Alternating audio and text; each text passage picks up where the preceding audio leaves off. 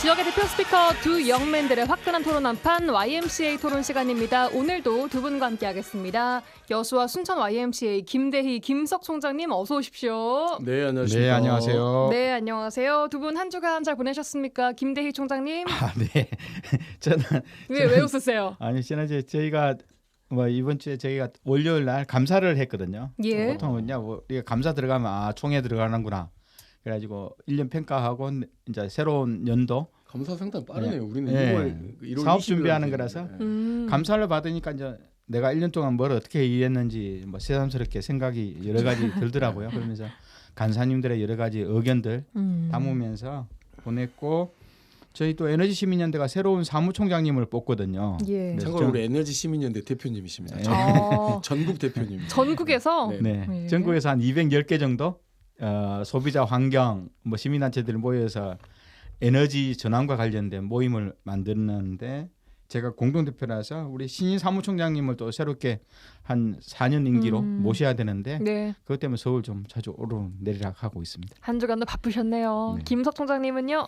네, 저도 이번 주 엄청 정신없이 바빴습니다. 다른 게 아니라 일단 광주 전남 통합 관련된 것들로 광주 전남 YMCA가 일단 그 주민 절차가 좀 있어야 된다라고 하는 입장을 한번 주민 발표를 투표? 했었고, 예.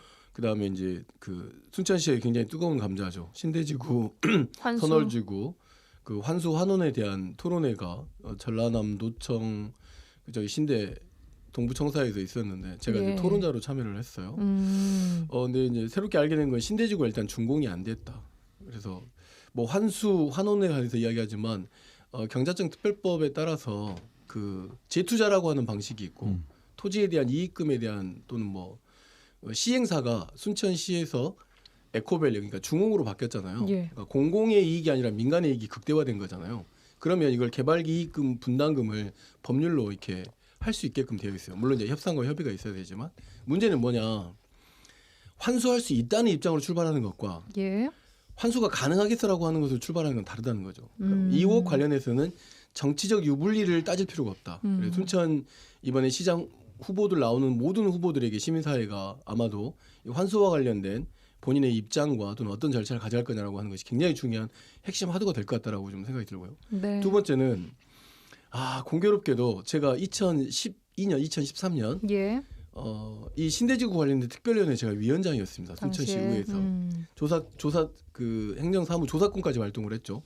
그래서 그때 광양 경자청장을 불렀는데 안 왔고 에코밸리 대표랑 그 사람들을 본회의에 출석시켜가지고 그때 참 그 뭐라 그럴까요? 본회의에 인터넷 방송이 없었을 때 본회의 출석해서 박제해 놓은 것이 참 잘한 것이었구나라고 하는 것이 그래서 저를 굉장히 칭찬하는 스스로. 스스로가 아니라 하여튼 근데 또 하나 아쉬운 것은 그 다음 선거에 제가 떨어져가지고 그걸 못 챙긴 것은 굉장히 큰 뭐 아쉬움으로 좀 남아서 굉장히 뭔가 이렇게 뜨거운 물, 찬물을 좀 왔다 갔다 하는 그 토론 시간 내내 그런 생각을 하게 됐습니다. 그래서 끝으로 무슨 이야기냐, 신대지구의 교훈을 통해서 선월지구 재투자와 관련된 부분이나 아니면 개발이익금 환수와 관련해서 반드시 법제화하고, 그다음에 개발이익 환수와 관련된 것은 반드시 현금, 기금, 현물로 해야지. 네. 뭐 공원이나 이런 기반 시설로 하는 것은 제대로 된 협상과 내용이 아니다. 예. 그리고 중흥이 돈을 벌었기 때문에 엄청난 돈을 벌었거든요. 예. 그 엄청난 돈을 지역에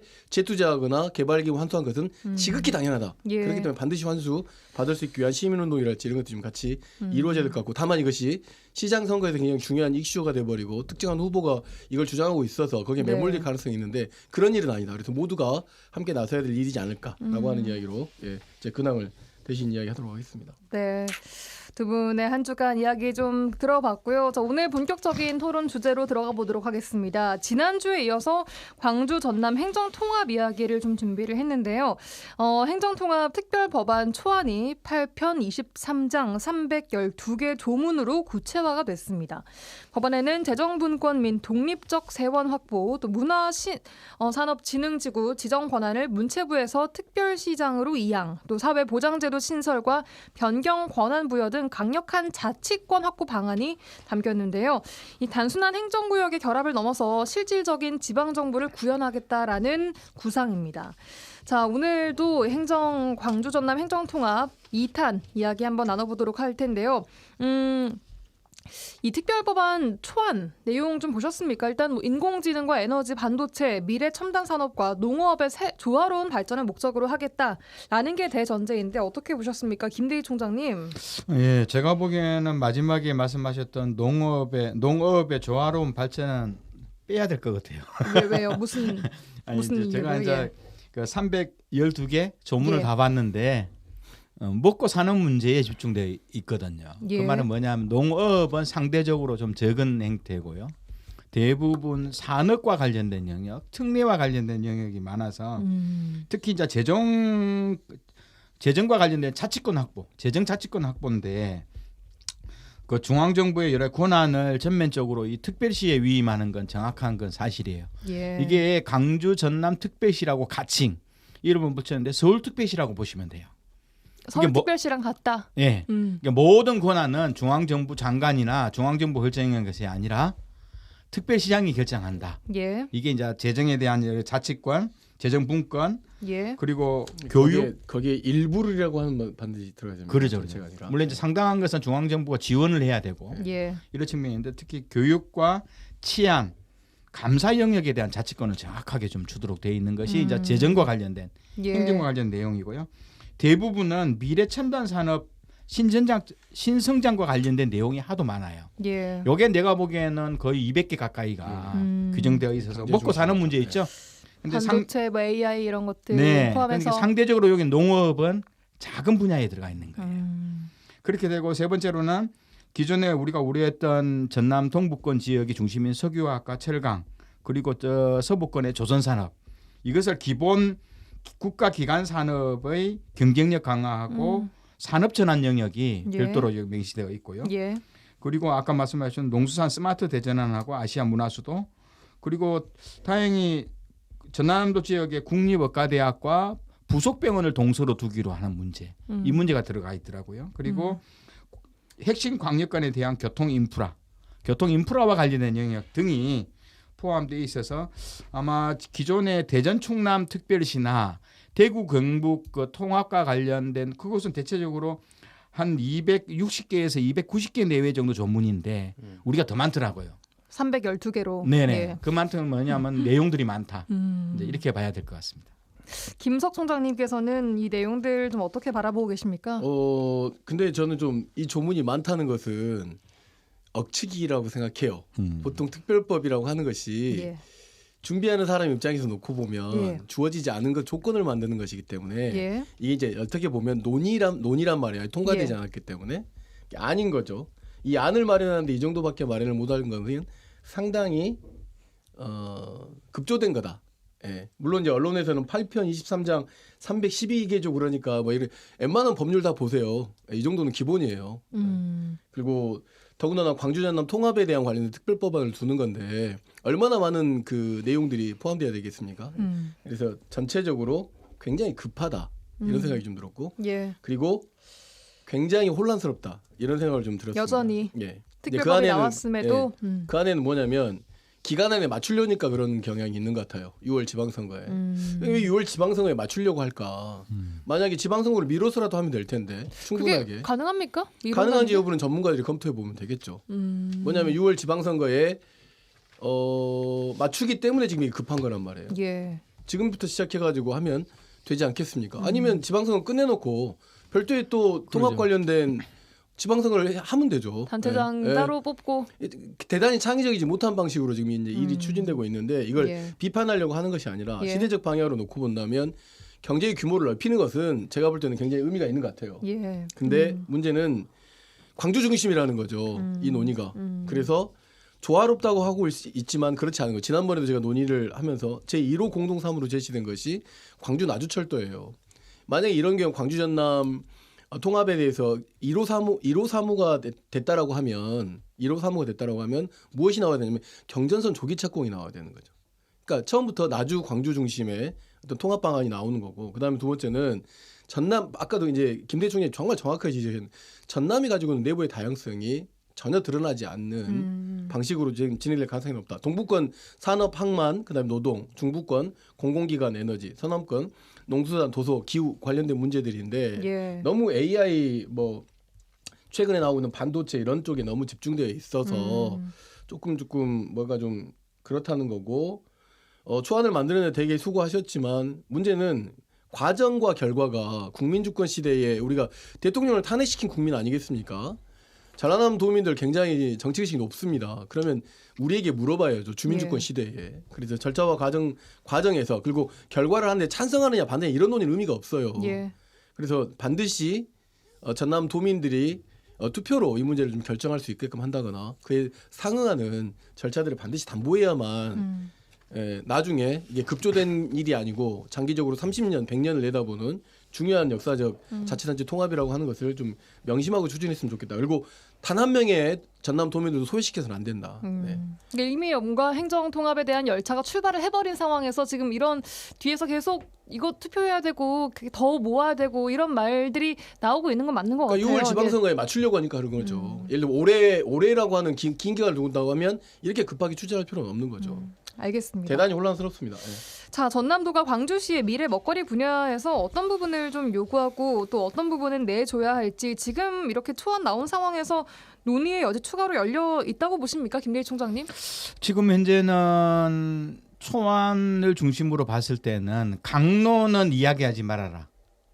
법을 통과해놓고 일단 예. 6월 3일 투표하자. 뽑고 그 뒤에 강론 이야기하자는 겁니다. 예, 그러면 실제로 강주와 전남은 겹치는 부분이 몇 개가 있어요. 예, 강주와 전남은 AI 산업하고 바이오 산업, 교육 문화 영역입니다. 예, 이 영역은 강주와 전남이 공히 가져오기를 주장하는 영역이고요. 그리고 또 아까 김석천님 말씀하셨는데 육상교통도 호남선과 전라선으로 광역권은 그 철도 교통 예산에 대한 투자가 있는데 이게 또 경정 영역입니다. 왜냐하면 무안국제공항과 강주, 나주 연결 등의 재정 투자가 그동안 집중적으로 이루어졌거든요. 예. 그 말은 뭐냐면 전라선은 상대적으로 소외됐는데 이번 26년도부터 그 좌석 증가율도 보면 호남선과 또 서울 구간을 보면 4,684석 정도가 증가할 계획인데 KTX 산천을 기준으로 12번 12회 증평 계획인데 전라선은 191석 증가입니다. 차이 너무 많이 나는 거 얘기 많이 나왔잖아요. 네, 예. 그러니까 보니까 이것도 아직 변화가 없는 거예요. 그리고 아까 경경선 복선화 문제도 뒷전을 밀려버렸고 그리고 전남 서부하고 동부도 겹치는 것이 있어요. 네. 해양 관광과 해상 풍력, 재생에너지 연구개발 분야입니다. 예. 이것도 서부와 동부가 명확하게 겹치고요.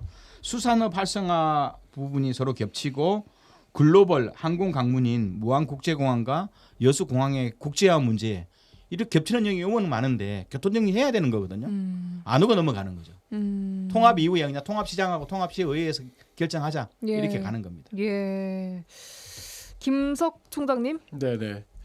일단 뭐라 그래야 될까요? 전라남도가 좀 이 과정에서 어쨌든 통합 과정에 있는 것이기 때문에 분명히 요구해야 될 것은 에너지를 지금 현재 생산 지역으로 지금 판단하고 있는 것 같아요. 이 과정에서도 문제는 예. 그 에너지가 관련해서 결정권과 수익권을 이 통합 자치단체에 줄 수 있겠느냐라고 하는 질문을 해야 된다는 거죠. 그래서 발전 허가랄지 인허가랄지 이런 권한들이 실제 통합 광주 전남에게 보장이 되어야 되고 예. 에너지 수익과 관련된 문제들에 대해서도 이 환원을 제도화할 수 있도록 그 권한을 줘야 되고 예. 그다음에 에너지와 관련된 뭐 기업이랄지 이런 것들이 본사는 서울 경기에 있고 지사가 여기 와 있으면 결국은 또 말이 안 되는 거거든요. 그래서 본사나 기금이나 이런 것들이 전남에 배치될 수 있도록 해서 에너지 고속도로를 만드는 게 중요한 게 아니라 네. 에너지 주권 고속도로가 될 수 있도록 그래서 에너지 주권이 전남에 있을 수 있도록 청정 에너지가 나오는 거죠. 그다음에 두 번째는 지금은 당장 AI나 반도체나 이런 게 엄청나게 이제 부가가치가 크기 때문에 네. 굉장히 중요한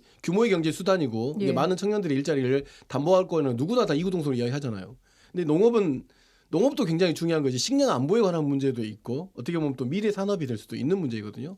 그러니까 여기서 제가 드리고 싶은 이야기는 광주 통합 과정에서 농업, 그다음에 AI, 에너지 사업, 뭐 식량 이런 것들이 굉장히 융합적으로 이루어질 수 있기 위한 공통 방안들을 좀 내놓는 것도 좀 필요하지 않겠느냐라고 하는 거고 저는 이제 이 중에서 전남 동부권이 가지고 있는 위상에 대한 문제들이 예. 공식적으로 전라남도와 광주 통합 과정에서 반드시 드러나야 된다. 위상이 드러나게 예. 하려면 이거 어떻게? 석유화학, 철강, 항만 물류는 이쪽에가 있습니다. 대한민국의 절반이 이쪽에가 있거든요. 이쪽 지역이 가지고 있는 산업적 기반과 주민들이 가지고 있는 생각들이 배제돼서는 안 된다는 말씀을 꼭 드리고 싶은 거고. 특히 동부권 중심에 지금 그렇죠. 소외될 수 있는 문제에 대한 우려하시는 그것 중에 하나는 거죠. 그럼 산업 재편에 대한 요구를 지금 계속 정부도 해왔고 이 지역에 있는 상공인들도 다 해오고 있지 않습니까? 예. 관련해가지고 산업 재편에 대한 정의로운 전환에 대한 내용들이 반드시 들어가지 않고서는 결과적으로는 공동화 현상을 모두가 예견하고 있잖아요. 지금 철강과 석유화학 산업 때문에 그런 것들을 대체할 수 있는 것들이 강력하게 요구되지 않고서는 굉장히 전남 동부권이 소외될 가능성이 높다라고 하는 생각을 갖고 있습니다. 예. 일단 광주 전남 행정 통합에서 가장 주목할 부분 중에 하나가 또 얼마큼의 재정권을 쥐어주는가 아닐까 싶은데요. 국세와 지방세 비율이 좀 올라갈 것인가에 대한 생각은 두 분 어떤지 좀 궁금한데 일단 오늘 나온 뉴스를 좀 보니까 정부 측에서 행정 통합을 했을 때 연간 최대 5조 원 재정 지원을 해주겠다. 최대 4년간 20조 원 지원을 하겠다라고 밝혔고요. 그리고 또 일단 서울시에 준하는 지위를 부여하겠다라는 얘기는 계속 나왔던 건데 한 번 더 오늘 못을 박았습니다. 그리고 내용 중에 하나가 또 부단체장 직급을 이 차관급으로 하겠다. 추가로 또 2차 공공기관 이전 시에 우대해주겠다라는 등의 내용을 좀 추가로 밝혀와서 뭔가 하루하루 다르게 이게 막 바뀌고 또 더 막 힘을 실어주고 물살이 빨라지고 하는 듯한 생각을 저희가 계속해서 들고 있는데 재정 권한 이거 어떻게 생각하십니까, 김대희 총장님? 네, 재정 권한 중에서 가장 좀 사람들이 관심 있게 본 게 국세와 지방세 영역이거든요. 근데 제가 보기에는 특례 조항을 보면 양도세하고 부가가치세, 법인세 등 국세의 일부를 예. 통합경제지원금으로 지원해주겠다는 겁니다. 쉽게 말해서 딱 나누어서 요만큼은 무조건 줄게가 아니라 예. 중앙정부에서 지원을 해준다는 거죠. 예. 그 부분을. 그렇죠. 그러니까 정확하게 조세 독립은 아닌 거죠. 지원을 받는 거죠. 그런 측면이 있고요. 그리고 내국세 총액의 일부로서 통합특별재정보존금을 또 받고 보통거부세 총액의 일정 비율을 가산해서 20년간 추가 지원한다. 그러니까 주로 중앙정부가 지원해주겠다는 영역입니다. 예. 국세에서 지방세 얼마의 비율, 보통 우리가 9대10 정도로 이야기하거든요. 뭐랑을? 돈 국세에서 예. 대부분 세금을 내면 국세가 한 90%, 예. 10%가 지방세 개념인데 예. 그중에 국세에서 다시 여러 가지 뭐 법인세라든가 아까 영역에 조금씩 지방소득세 부분을 넣어서 다시 주면 그렇게 많은 부분 한 10% 정도가 지방으로 온다라고 보는데 그동안 광양하고 여수 산단이 주장했던 동북권이 주장했던 것은 9대10이 아니라 60대 40% 정도는 주라 이거죠. 동북권의 환경 피해라든가 교통 피해 여러 가지 대책들을 마련해야 되는데 이제 문제는 이것은 동북권이 아니라 이제 특별시로 가겠죠. 왜냐하면 그 돈이 동북권으로 와야 될 돈을 해준다면 특별시에 가서 거기서 이제 27개 시군구로 나누는 거죠. 이제 그렇기 때문에 동북권은 우리한테 와야 되는데 왜 저리 가지? 하는 문제가 발생되는 거예요. 뭔가 하나의 그 거치는 게 더 추가가 됐다라고 받아들일 그렇죠. 수 이게 우리는 동북권에 주라는 소리인데 동북권에서 국세를 그만큼 많이 내니까 그래서 이 9대10 비율을 한 60대 40으로 해서 40% 정도는 주라. 그럼 1년에 한 3, 4조 원 정도는 우리가 동북권 지역에서 여러 가지 뭐 교통 문제라든가 환경 대책이라든가 뭐 복지 문제 쓸 거 아니냐. 동북권 어차피 한 생활권이니까요. 예. 그런데 이것이 이제 특별시로 가는 거죠. 3, 4조 원 정도가. 이게 특별시는 각 농촌 시군구도 있으니 그리 가는 행태를 의미하는 거고요. 그래서 결국은 계속 광양과 여수시에서는 국세 3, 40% 정도는 지역으로 주라고 했던 것이 이제 특별시로 갈 가능성이 높고 예.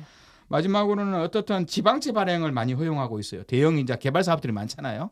많으니까 특별시가 지방채를 법정 한도로 초과해서 하도록 하는 행태가 많아서 제가 보기에는 직접적인 국세 지방세 조율보다는 중앙정부가 그걸 감안해서 여러 가지 기금이나 지원금으로 보조금으로 나갈 행태가 좀 많겠다 하는 느낌이 있습니다. 물론 이제 여기에 대한 재정 특례 조항이 많기 때문에 다른 때보다 돈은 많이 들어오겠죠. 그런데 국세와 지방세를 딱 잘라서 정리하기는 힘들 거다 이렇게 봅니다. 김석 총장님? 일단 이 국세 지방세 비율에 대한 이 어려운 이야기를 지금 하고 있는데, 그러니까 재정 관련해서 재정권을 만약에 통합된 이 자치단체에 줄 수 있느냐라고 하는 문제를 놓고 보면 이것이 기반에 두고 있는 특별법이잖아요. 특별법보다 이제 위에는 그냥 기본법이란 말이죠. 예. 그러니까 재정법이란 말이에요. 막 김대중 총리께서 굉장히 열심히 설명한 것처럼 국세 지방세 비율이 자동으로 올라갈 가능성이 상당히 높지 않습니다. 무슨 이야기냐면 현재 대한민국이 가지고 있는 재정 구조의 현실에서 국세세 지방세는 대략 한 7대3 정도 돼요. 근데 이제 이 중에 지방세 비중이 상당히 좀 낮단 말이죠. 예. 그러면 예를 들어서 광주 전남이 지방세 비율을 높여서 자체에 어떻게 보면 자주 지원을 확보하는 방식이어야 되는 거죠. 지금 현재 구조로. 그러니까 전반적으로 연방제에 준한다고 이야기하고 있고 그다음에 예. 김민석 총리도 서울시에 준한다고 하고 있거든요. 서울시와 같이 하겠다랄지 연방제로 하겠다라고 하는 것은 연방제로 하겠다는 방식으로 한다고 하면 결국은 헌법을 좀 바꿔야 되는 것이기 더 때문에 특별법 과제가 위에 좀 있는 높아지는 기본 거죠. 예, 그렇기 때문에 법을, 무슨 예. 뭐냐면 적어도 이재명 정부 안에서는 김민석 총리가 뭐 이야기한 것처럼 5조 원의 뭐 그러니까 국세를 좀 더 통합특별시에다가 뭘 지원을 하겠다 이런 거는 굉장히 뭐랄까 좀 그 통 큰 지원 아닙니까? 수혜적인 지원이라고 볼 수 있는 것이죠. 그런 측면에서 되게 유의미한 것이라고 보지만 장기적으로 놓고 본다고 하면 결국은 규모를 늘려서 얻는 것도 있지만 규모를 늘려서 아까 말했던 것처럼 행정 절차가 늘어난다랄지 예. 전남 동부권이 일정 부분에 그 소외될 가능성이 있다랄지 이런 문제들을 해소하지 않게 된다고 하면은 상당히 조금 쉽지 않은 거다. 그러니까 재정 관련된 이야기에서 놓고 보면 국세 지방세의 전환 관련된 그 법률이 개정되지 않고서는 이 구조는 계속 유지될 수밖에 없는 것이고 예. 단기간으로서 좀 지원받을 수 있는 특별시가 될 수 있겠지만 예. 스스로 세입을 창출하지 않는다고 한다면 예. 계속 국가에 의존할 수는 없는 거거든요. 그렇기 때문에 장기적 논의가 필요한 것이라고 봐야 되는 거고 재정을 지원하는 것보다는 예. 중요한 것은 재정을 결정할 수 있는 권한을 줘야 돼요. 결정 권한. 예. 그리고 그 권한은 정부가 이 자치단체에다가 위임하는 건데 예. 지금 그 김민석 총리의 특별 제안 중에 하나는 서울특별시에 준하도록 하겠다. 예. 그다음에 부단체장은 차관급으로 하겠다. 뭐 예. 이런 정도잖아요. 그 부대단체장이 차관급에서 할 수 있는 게 뭐가 있어요? 권한이 있어야 되잖아요. 돈이 있어야 되잖아요.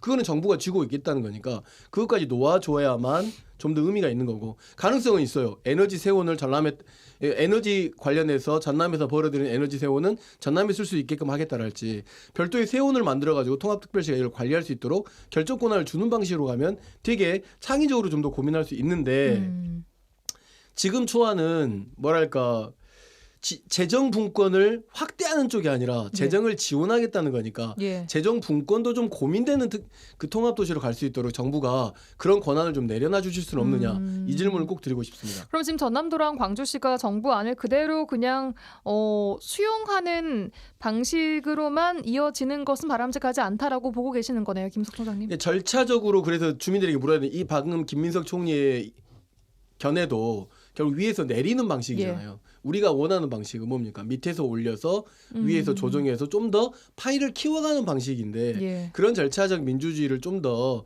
확보해달라. 시간에 쫓기지 말아달라. 이 모든 게 결국엔 다시 또 시간이 없어서 급하게 진행되는 만약에 제가 것 때문에 저라면 지방선거 6월에 맞춰가지고 하지 않고 좀 더 지방선거를 별도로 뒤로 미룰 수 있다면 뒤로 미루고 만약 지방선거대로 끝내놓고 난 다음에 이 통합 관련된 논의를 해서 그다음에 통합자치단체 통합하는 거 주민투표로 뽑고 다시 통합자치단체장을 뽑는 선거를 해도 무관하다. 저는 그렇게 생각합니다. 예. 시행을 6개월 정도 늦춰도 되죠. 시행은 그 법은 6개월 후에 시행한다 이렇게만 해도 되는 거죠. 예. 김대 총장님 보시기에는 지금 전남 도랑 광주시 정부 안을 그대로 이렇게 수용하는 것 이외에도 어떤 것들을 요구를 해 나가야 된다고 보십니까? 제가 보기에는 아까 조금 전에 1년에 5조, 4년에 20조? 20조. 5조는 돈도 아니거든요. 아 그래요? 아니 특례 조항 보면 아까 우리가 312개 정도 조항을 보면 이걸 하면 한 200조가 필요하거든요. 200조 이상이 필요한데 5조는 뭐 돈도 아닌 거죠. 이건 뭐 쉽게 말해서 뭐 도로 하나 개통하면 끝나는 돈이거든요. 이래가지고 통합하고 이 돈 준다면 이거 정부는 이거 광주 전남 320만 시민들에게 이게 사기친 거죠. 사기친 5조가 거다. 돈도 아니에요. 아니, 사기라는 말까지는 아니 그만큼 생각보다 돈 정부 지원이 없을 거다 하는 느낌이 왠지 싹 드네요. 약간 쎄한 느낌 드시는 거예요? 예, 쎄한 느낌이 듭니다. 왜냐하면 규모가 점점 적어지거든요. 옛날에 80조 이야기 나왔다가 이제 20조로 줄어들었네요. 예. 그런데 실제로 정부가 여러 가지 지원을 약속하지만 제가 보기에는 전라남도 광주시가 아까 김석천님 말씀하셨다시피 320만 도민하고 시도민이 다양한 통합 논의가 있었다면 정부를 더 올가맬 수 있는 거거든요. 이 급하다 보니 쫓기다 보니 정부 예. 눈치를 보는 거고요. 예. 그게 아니라 320만 시도민이 모여서 다양한 통합 논의를 하고 무엇이 문제인지를 다양한 권역별 시군별 논의들을 이렇게 나가면 네. 다양한 내용 모아도 정부는 꼼짝 못하는 거죠. 그러면서 할 수 있는 걸 시기에 6월 3일을 디데이로 잡고 가니 이제 이게 320만 시도민이 정부 눈치를 보는 거잖아요. 그런 측면이 있어서 저는 군사작전 하듯이 관치적으로 하향식으로 하니 계속 눈치를 보고 정부의 요구하는 안이 별로 없을 거다. 이런 행태가 되는 거죠. 알겠습니다. 아까 저희가 그 세부 내용 중에 조금 더 봐야 할 부분들이 뭐 한두 가지가 아니겠지만 그래도 오늘 추가로 나온 이야기 중에 하나가 또 공공기관 이전 이런 문제 아니겠습니까?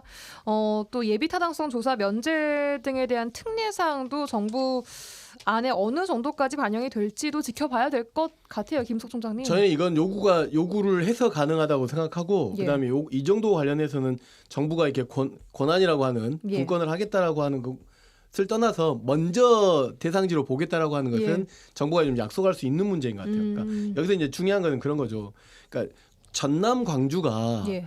이렇게 설계자여야 되는데 지금 이것 관련 통합된 설계자가 정부이다 보니까 정부가 계속 이런 조건과 또는 필요 이상의 특혜와 특례를 줄 수 있다라고 하는 방식으로 추진되고 있어서 뭐 그것도 감사한 일이긴 하지만 정부 주도라는 느낌을 지울 수가 없다는 거죠. 그래서 정부 주도하는 거 좋은데 네. 이거 좀 목적과 속도를 조금 알겠습니다. 혼란스럽지 않게 해달라. 왜냐하면 블랙홀이 돼버렸어요. 이 지방선거 안에서 다양한 것들을 많이 지방선거는 지역의 요건에 따라서 이야기해야 되는데 자칫 지방선거가 여기에 찬성하냐 반대하는 라는 방향으로 가버릴까 봐 저는 조금 걱정스러워서 이런 말씀드리고 주민주권 시대에 좀 주민을 믿어라.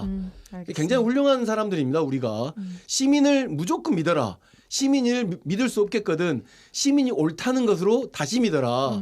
그래서 정치하는 사람들이 그런 마음을 믿고 정부 주도하더라도 이걸 결정하는 과정이나 이런 것을 주민에게 결정권을 좀 부여해도 되지 않을까 싶습니다. 예, 김대희 총장님 그 세부적인 내용들 또 추가적으로 말씀 주실 거 있으십니까? 네, 이게 재정 분야를 포함해서 300개 정도가 특례 조항이거든요. 예. 상당히 특례법이라고 할 정도로 많은데 물론 이제 공공기관 이전을 통합특별시엔 2배 정도 더 주겠다. 이렇게 나오는데 이제 문제는 강론으로 들어가면 2차 공공기관 어디로 줄 거냐? 그럼 나주로 다시 모을 거냐? 이런 논쟁이 있는 거거든요. 그러니까 이 내부적으로 네. 네. 그러면 우리 동북권은 우리는 공공기관이 없다. 우리한테 2차는 다 와라 말할 수 있는 거고 강주는 강주대로 우리도 도시 공동화됐는데 이건 논쟁 들어가는 행태가 될 거다. 예. 이제 이런 행태고 그리고 다툼과 이제 갈등이 시작되는 거죠. 지역별로.